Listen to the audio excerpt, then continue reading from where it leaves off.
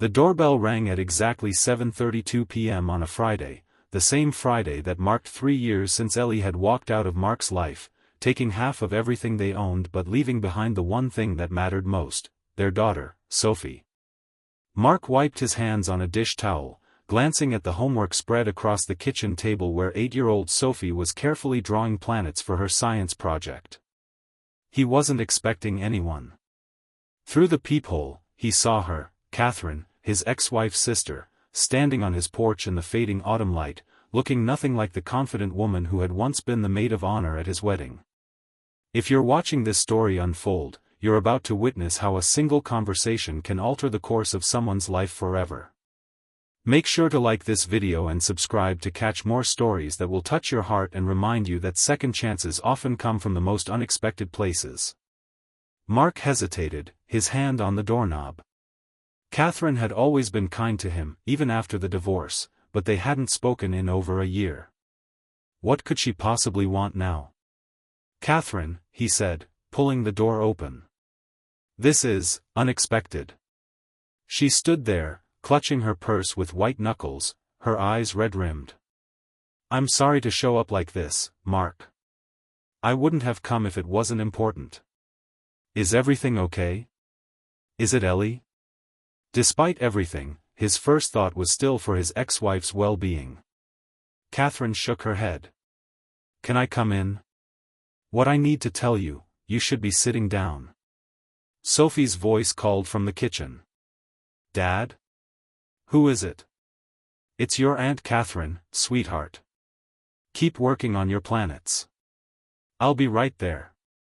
Mark stepped aside, allowing Catherine to enter the home he'd rebuilt for himself and Sophie after Ellie left. In the living room, Catherine perched on the edge of the sofa, declining his offer of tea or coffee. She looked around at the photos on the wall, mostly of Sophie, a few of Mark and Sophie together, none of Ellie. "You've done well," she said softly. "Sophie looks happy." "We manage," Mark replied, sitting across from her. "Catherine, what's going on?" She took a deep breath. "Ellie is sick, Mark. Very sick. Pancreatic cancer. Stage 4. The doctors are giving her months, not years." The words hit Mark like a physical blow. Despite the pain of their divorce, despite the nights he'd spent angry and hurt, he had never wished this kind of suffering on Ellie. "I'm sorry to hear that," he said, his voice thick. "But I don't understand why you're telling me this. Ellie made it clear she wanted nothing to do with us." Catherine's eyes filled with tears. "She lied to you, Mark. About everything. About why she left. About not wanting to see Sophie." She reached into her purse and pulled out a sealed envelope.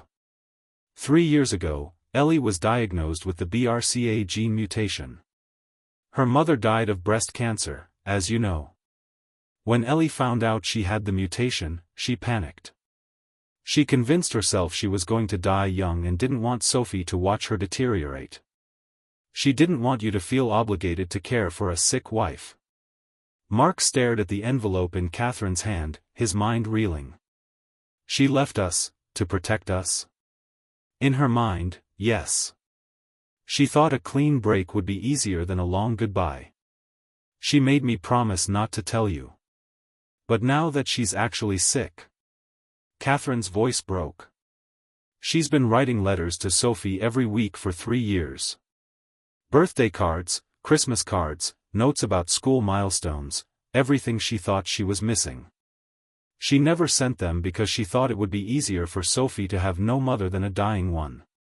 Mark took the envelope with trembling hands. Inside were dozens of letters, each addressed to Sophie in Ellie's distinctive handwriting, organized by date. She doesn't want to disrupt your lives, Catherine continued. She doesn't expect forgiveness or a relationship. But she's dying, Mark, and her biggest regret is leaving Sophie. All she's asking is a chance to say goodbye properly. To explain to Sophie herself why she left.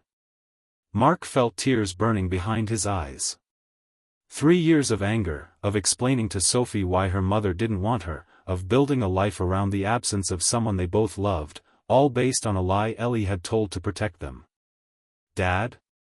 Sophie stood in the doorway, her small face curious. "Why are you crying?" Catherine looked at Mark, the question clear in her eyes. "What will you do now?"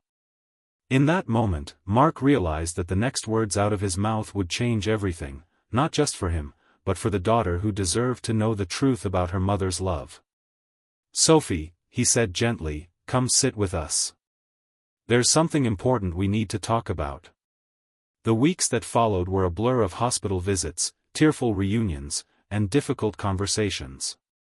Sophie, with the resilience of childhood, forgave her mother almost instantly. Mark's journey was more complicated. The anger he'd nursed for 3 years didn't disappear overnight, but it began to transform into something else, a bittersweet understanding of the misguided sacrifice Ellie had made. Ellie moved into a hospice facility near their home, and Mark arranged his work schedule so Sophie could visit her mother every day after school. He watched as they rebuilt their relationship in fast-forward, painfully aware of the ticking clock. One evening, as he sat beside Ellie's bed while Sophie was in the hospice playroom with Catherine, Ellie reached for his hand. "I was so wrong, Mark," she whispered, her once vibrant face now gaunt. "I thought I was sparing you both pain, but I only caused more." "You should have trusted me," he replied. "Trusted us to be strong enough." "I know that now." Her eyes filled with tears. "Thank you for bringing her back to me. You could have kept her away out of spite, and no one would have blamed you." Mark shook his head. "That's not who I am. And it's not what Sophie needed. You're a good father. A good man." Ellie squeezed his hand weakly. "I have one more favor to ask, and it's a big one." "What is it?" "Catherine has been my rock through all of this, but she's alone. She gave up so much to help me these past 3 years. When I'm gone..." Ellie hesitated. "Sophie will need a mother figure, and Catherine loves her like her own. Don't shut her out of your lives." Mark looked at the woman he had once promised to love in sickness and in health, feeling not the passionate love of their youth but a different kind of love, one forged in forgiveness and shared concern for their daughter.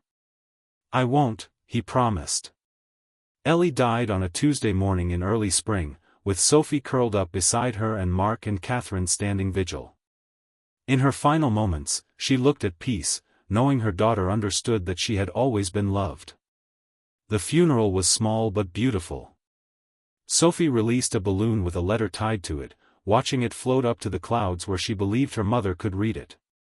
Mark stood with his arm around his daughter's shoulders, Catherine beside them, all three united in grief.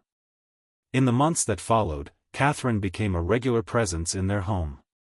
She helped Sophie with homework, attended her school plays, and sometimes joined them for Sunday dinners. Mark found himself looking forward to her visits, appreciating her gentle way with Sophie and her understanding of his complicated feelings about Ellie. 1 year after Ellie's death, as they sat on the porch swing watching Sophie ride her bike up and down the sidewalk, Catherine turned to Mark. "I've been offered a job in Chicago," she said quietly. "It's a good opportunity. I should probably take it." Mark felt an unexpected pang at the thought of her leaving. "Sophie will miss you," he said. "We both will." Catherine smiled sadly. "I'll miss you too. Both of you. More than I should, probably." "What does that mean?" She looked away. "It means I've started to feel things I shouldn't feel for my sister's ex-husband. It means it's probably time for me to go before those feelings complicate everything." Mark was silent for a long moment, watching Sophie pedal faster, her hair streaming behind her like a banner of resilience. "What if I don't want you to go?" he finally asked. Catherine turned to him, surprise in her eyes. "Mark. I know it's complicated. I know some people might not understand. But this past year, having you here with us, it's felt right, Catherine. For Sophie. For me. Ellie wanted Sophie to have someone who loved her," Mark finished. And she wanted you to be happy too. I think she'd understand. Catherine's eyes filled with tears. Are you sure? Instead of answering, Mark reached for her hand, intertwining their fingers as they watched Sophie ride toward them, her face alight with the simple joy of a child who knew she was loved. 6 months later, Mark stood in the doorway of Sophie's bedroom, watching as Catherine helped her prepare for her first school dance. His daughter was growing up so fast, blossoming into a confident young girl who spoke openly about her mother in heaven and the aunt who had become her second mother on earth. "Dad!" Sophie exclaimed when she noticed him. "Catherine did my hair just like Mom's in that picture from your wedding. Do you like it?" Mark felt his heart swell as he looked at his daughter, seeing echoes of Ellie in her smile.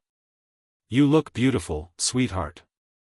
Later that night, after Sophie was asleep, Mark and Catherine sat together on the couch, her head resting on his shoulder as they looked through old photo albums. "Do you ever wonder what would have happened if she hadn't gotten sick?" Catherine asked softly. "If she had just told you the truth from the beginning?" Mark considered the question. "I used to torture myself with what-ifs. But I've learned that life rarely follows the path we expect. Sometimes the worst moments lead to unexpected blessings." He turned to the woman beside him, the woman who had delivered the news that had changed everything, the woman who had helped him and Sophie heal. "I never expected to find love again, especially not with you. But here we are." Catherine smiled, tears shining in her eyes. "Here we are."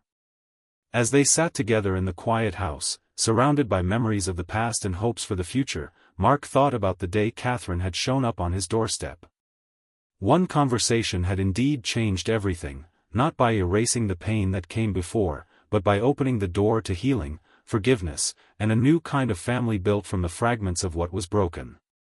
Life, Mark had learned, was not about avoiding pain or protecting yourself from potential hurt. It was about having the courage to open the door when opportunity knocked, even when that knock came from the most unexpected person. If this story touched your heart, please like this video and subscribe to our channel for more powerful stories about family, forgiveness, and finding love in unexpected places. Remember that sometimes the most beautiful chapters of our lives begin with the words we least expect to hear.